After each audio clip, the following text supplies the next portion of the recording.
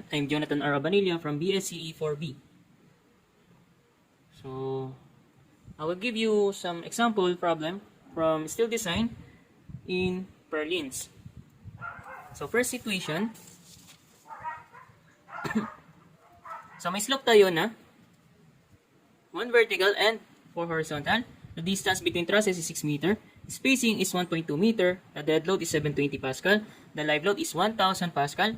Wind load is 1440 Pascal. And the windward coefficient is 0.6 and the leeward is 0.2. So assume all loads pass through centroid.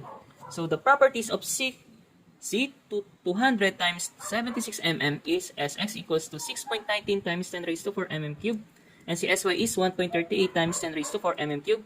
And si weight naman ng beam natin is 79 Newton per meter. So, allowable bending stress natin for FBX and FBY is equal to 207 megapascal. So, ito yung hanapin natin. Bending stress at major axis for dead load and live load combination. So, next is bending stress at minor axis for dead load plus live load combination. And the max ratio of actual allowable bending stress for 0.75 dead load plus live load and the wind load. So first, yung una natin gagawin, tignan muna natin yung slope ng purlins natin.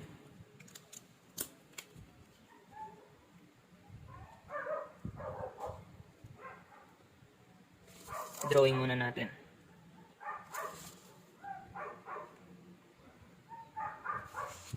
So yung vertical natin is 1 and the horizontal is 4. So, kunin natin to, yung value na ito. So, first, 4 squared plus 1 squared is equal to 17 square root of 17. So, next na gagawin natin, kunin natin yung weight ni dead load at live load. Plus to 1,000 plus, so 1,000 plus 720. So, yan is equal to 1,000 plus, kulang natin calculator, dali lang na, 1,720 Pascal. So, next, paghiwalay naman natin yung sa normal and for tangential. For normal,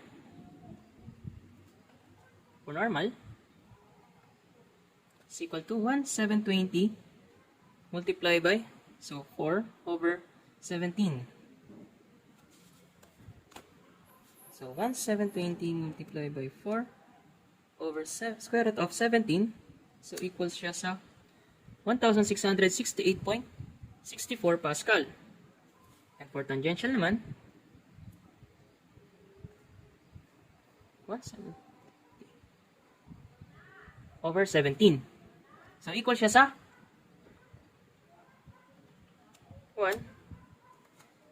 417.16 Pascal. Okay, so susunod natin gagawin, dahil nga naka-Pascal siya, gagawin natin siyang Newton meter. So para magawa natin siyang Newton meter, meron tayong formula na omega is equals to pressure multiplied by spacing natin. So si S natin, meron tayong value dito, si spacing is 1.2 meter. S is equals to 1.2 meter. So for normal, 1668.64 multiply lang natin sa 1.2. And sa tangential, ganun din. For tangential, 417.16 multiply lang natin sa 1.2. So, compute natin. 2002.37. So, makukuha natin dito is Newton over meter na. So, next is 417.16 multiplied by 1.2. So, 500.59.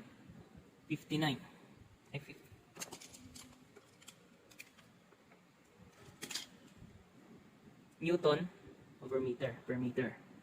So, ngayon, separate naman natin dito yung weight ng ating beam. So, may weight tayo ng beam natin is 79 Newton per meter. So, normal, 79, multiply lang natin sa 4 over 17. So, equal siya sa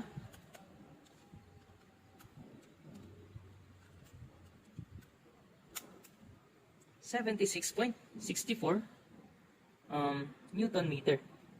So, for tangential naman, 79 multiplied by 1 over 17. So, yung tangential, 79 multiplied by 1 over square root ng 17. So, makuha natin sagot is 19.16 Newton meter. Tapos yan, pag-aadin na natin yung combination for both components. So, for normal, ay dito lagyan natin add the combination. So, for normal, add natin to, 2,000, 2.37 plus lang natin tong si 79.64. At sa tangential naman, si 500.59 plus lang natin si 19.16. So, makukuha natin sagot dyan, 2,002.37 plus 79.64. So, equals lang siya sa 2,000.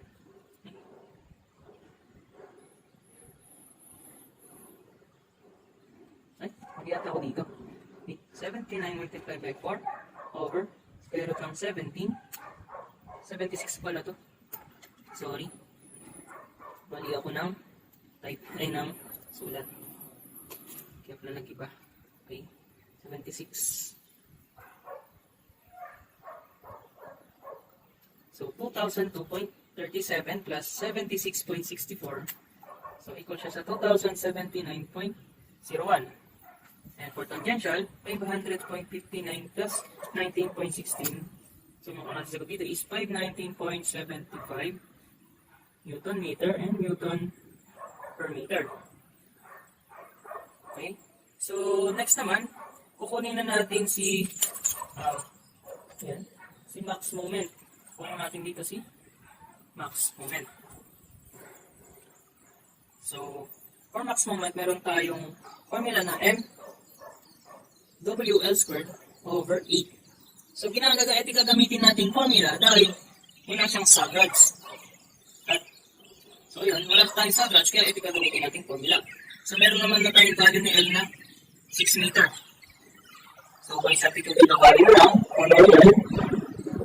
normal, so, W natin is 2,000, for normal, 2,079.09. Multiply lang natin sa 6 squared over 8.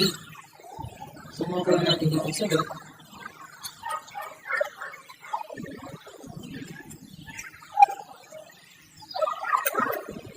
Is 9,355.54 Newton meter.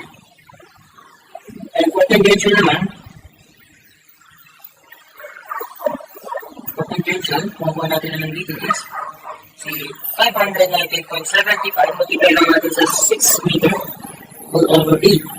So, wala rin kasi since wala siyang sagrad, ito rin ginamit nating formula sa tangential natin. M equals to WL squared over 8. So, nakuha nga natin sagot is 2,338.87 Newton total. So, dahil ginamit din natin si M equals to WL squared over 8 sa tangential natin dahil wala rin siyang sagrads. So, nakuha nga din natin sagot dito is 2,338.87 Newton meter. So, ngayon, masasolve na natin yung maximum stress sa purlins natin. So, para makuha natin yun, meron tayong formula na F equals to M over S. Meron na tayong value ni S for normal and for the tangential. Si Sx is 6.19 times 10 raised to 4 and si Sy naman is 1.38 times 10 raised to 4. So, para maging stable lang yung ating unit, mumultiply lang natin yung si M natin sa 1,000.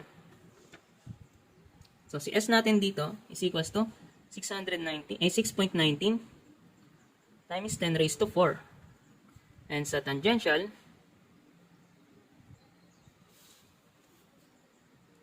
2,338.87, multiply lang din natin siya sa 1,000. So, si S natin dito is 1.38 times 10 raised to 4. So, computin natin. 9,355.54 multiply by 1,000 over 6.19 times 10 raised to 4. So, equal siya sa 151.14 MPa. So, dito naman, next.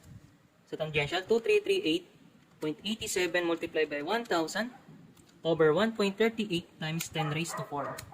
So, makuha natin sagot is 169.48 megapascal. So, eto na yung bending stress natin for major axis and the bending stress natin for minor axis. So, next, yes, hanapin natin din si max ratio of actual allowable bending stress for 0.75 dead load plus live load plus wind load. So, 3. So, unang gagawin natin dito, kumpitin natin si wind. So, alam naman natin na nasa windward yung forces ng wind natin. So, ngayon, kukunin natin yung ratio ni windward na 0.6. So, yung wind natin is equals to 1,440.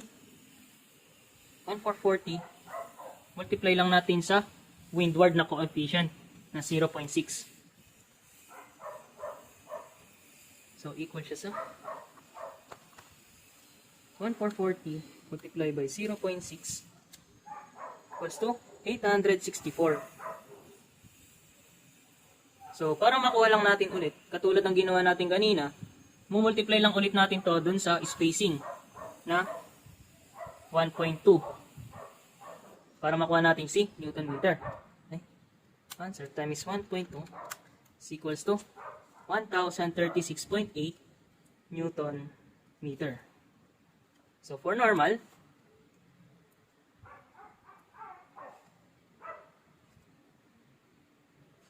si 1,036.8, si wind, pa-plus lang natin si yung combination ni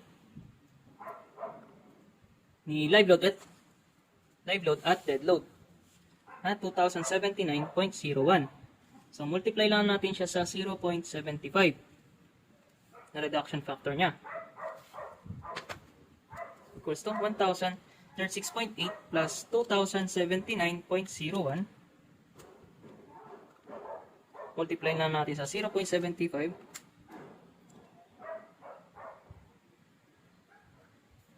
So, yung sagot natin is 2,336.86 Newton per meter.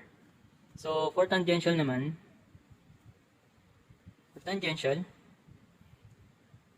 so, dahil ano naman siya, wala naman siyang wind load, kunin na lang din natin yung kanina. Ito, combination sa tangential, si 519.75. Multiply na lang natin siya sa 0.75. So, equal siya sa 519.75 multiplied by 0.75. So, equal siya sa 389.81 Newton per meter. Okay, next. Makukuha gagawin lang natin ulit yung kanina. So, kukunin natin si M or yung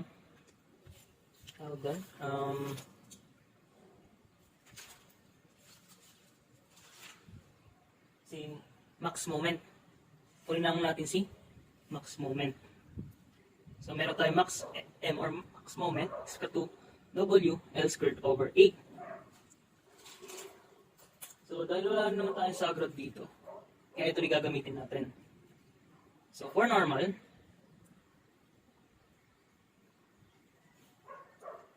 lagay lang natin to.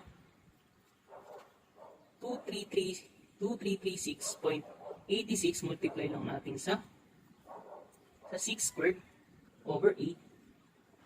So, equal siya sa 2336.86 multiply lang sa 6 squared over 8 is equal to 1,515.87 Newton meter. And for tangential naman, tangential is equal naman siya sa 389.81 Newton meter multiply by 6 squared over 8 equal siya sa 389.81 multiply by 6 squared over 8. So 1754.144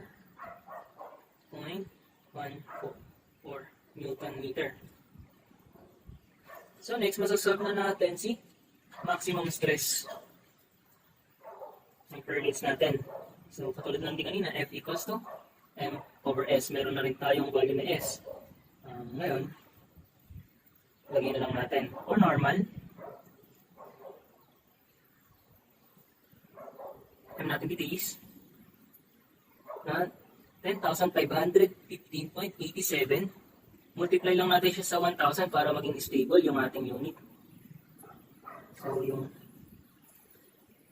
SX natin 6.19 times 10 raised to 4.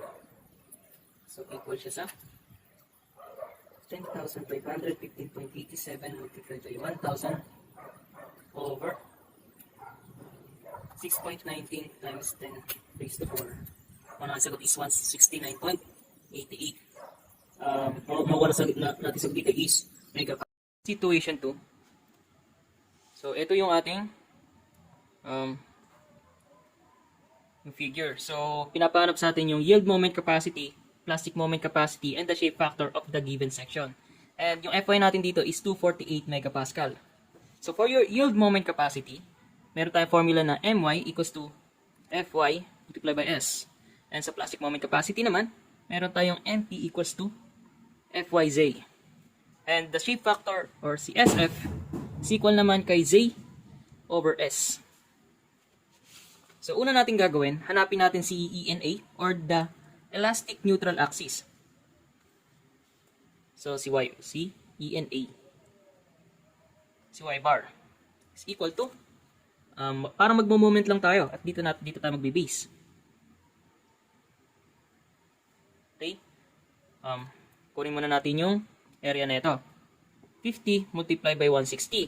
So yung gitna niya, centroid na ito is 160 or yung centroid niya mula dito 160 divide 2 lang natin is 80 plus si area na ito 200 multiplied by 40 and yung centroid niya plus natin si 160 plus kalahati ni 40 is 20 kalahati ni 40 plus 160 is equals to 180 over so sa area lang nilang dalawa divide lang natin. 50 multiply by 160 sa area na ito. Okay, next naman, plus natin yung area na ito. Itong nasa taas. 200 multiply by 40. So, si Y bar is equals to 50 multiply by 160 multiply by 80 plus 200 multiply by 40 plus 200 multiplied by 40 multiplied by 180 over sa 50 multiplied by 160 plus 200 multiplied by 40. So equal siya sa mali ay 200 pala. 200 to. So pas siya sa 130 mm. Ibig sabihin nandito siya sa bahagi na to, sa part na to. Yung ating ENA.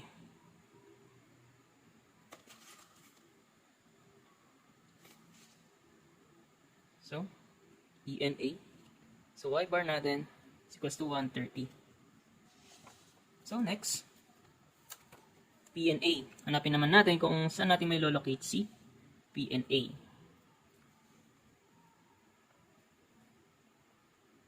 So, sa PNA naman, assume na lang natin. Assume PNA is located at 40 mm from top. So, sa area 1, so ito si area 1 and si area 2. Okay, for area 1, 50 multiplied by 160. 50 multiplied by 160 is to 8,000. For area 2 naman, 200 multiplied by 40. 200 multiplied by 40 so equals to 8,000 din. So, ibig sabihin, kami assume natin na nasa part na ito yung PNA natin. Okay, next naman, kukunin natin si bar IX.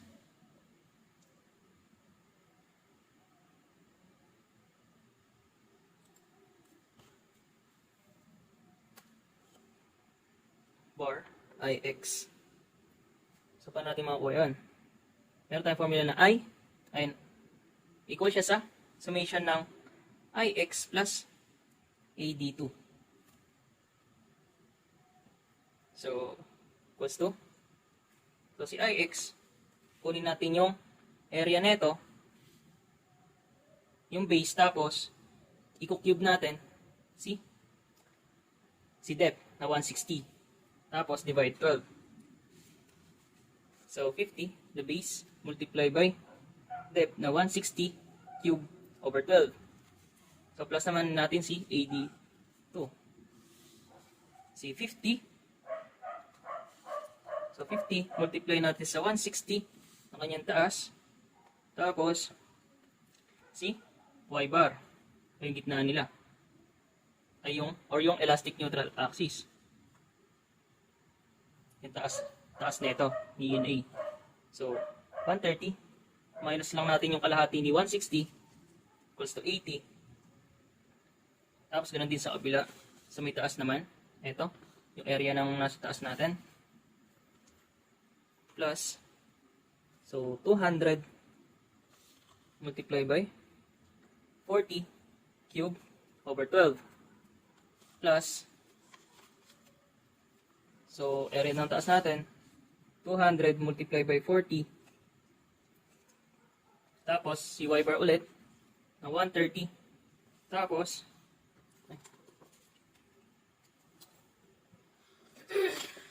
ay, squared to ah.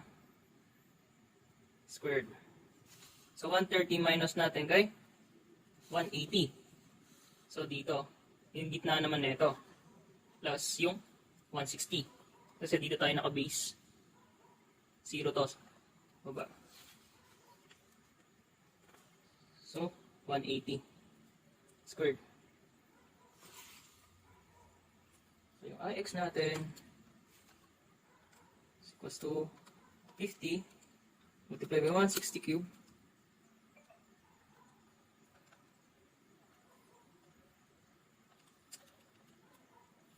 Multiplied by 160 cube over 12 plus 50 multiplied by 160 multiplied by 130 minus 80 squared plus 200 multiplied by 40 cube over 40 cube over 12. So, plus lang natin ulit sa area. 200 multiplied by 40 multiplied by 130 minus 180 squared. So, equal siya sa 58. So, gawin na lang natin siya. 58.13 multiplied by 10 raised to 6 mm to the 4. So, iskunin naman natin si elastic section modulus or yung si S. So, may formula tayo na S equals to I over Y or I over Y bar. So, equal siya sa yung I bar natin is 58.13 times 10 raised to 6 over sa Y bar natin is na 130. So, compute natin. 58.13 times 10 raised to 6 over 130. So, equal siya sa 447.153 times 10 raised to 3 mm cube. Okay. Last naman, kunin naman natin si Z. So, paano makunin si Z? Meron tayong formula na A1, Y1 plus A2, Y2. So, area 1 multiply by Y sub 1 plus area 2 multiply by Y sub 2. So, si area 1 natin, or sabihin natin area 1 natin, ito, is 50 multiply by 160. Yung Y sub 1 natin, or yung gitna niya, 80. So, plus, so si H sub 2 natin is meron tayong 200 multiply by 40. Yan, tapos kalahati ni 40, multiply natin siya sa kalahati na 40 is 20. So, si Z natin, 50 multiply by 160 multiply by 80 plus 200 multiply by 40 multiply by 20. So, makukuha natin sagot is 800 times 10 raised to 3 mm cube. So, dito, makukuha na natin si yield moment capacity, plastic moment capacity, and the shape factor of the given section. Kasi, nakuha na natin si S at si Z. At given naman si value ni Fy. So, A muna tayo. So, kunin na muna na si yield moment capacity. For yield moment capacity, My equals to Fy times S. So, si Fy natin is 248. Multiply lang natin sa S na nakuha natin dito is 447.153 times 10 raised to 3. So, makuha na natin sagot yan. 248 by 447.153 times 10 raised to 3. So, eto. Maging sagot is 110.9. So, kilonewton meter. So, B naman. So, for B, plastic moment capacity, meron tayong formula na MP equals to Fyz. So, si Fy meron tayong 248 at si Z natin nakuha dito is 800 times 10 raised to 3. 248 multiplied by 800 times 10 raised to 3. So, equals siya sa 198.4 kilonewton meter. So, ayan, kinilonewton ko na siya.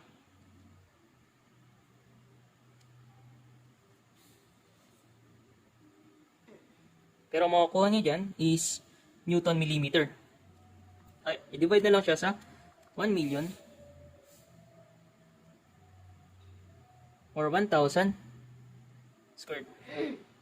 Kaya makukuha nyo si 198.4 kilonewton meter. So, next is CSF or C shape factor. CSF naman, equal siya sa Z over S. So, meron rin tayo niyan. Si Z is 800 times 10 raised to 3. Divide natin siya sa S na nakuha natin is 447.153 times 10 raised to 3. Be substituting the values. 800 times 10 raised to 3 over 447.153 times 10 raised to 3. So, makukuha natin sagot is 1.789 or 1.79. So, ito na yung C shape factor. Sorry, yan.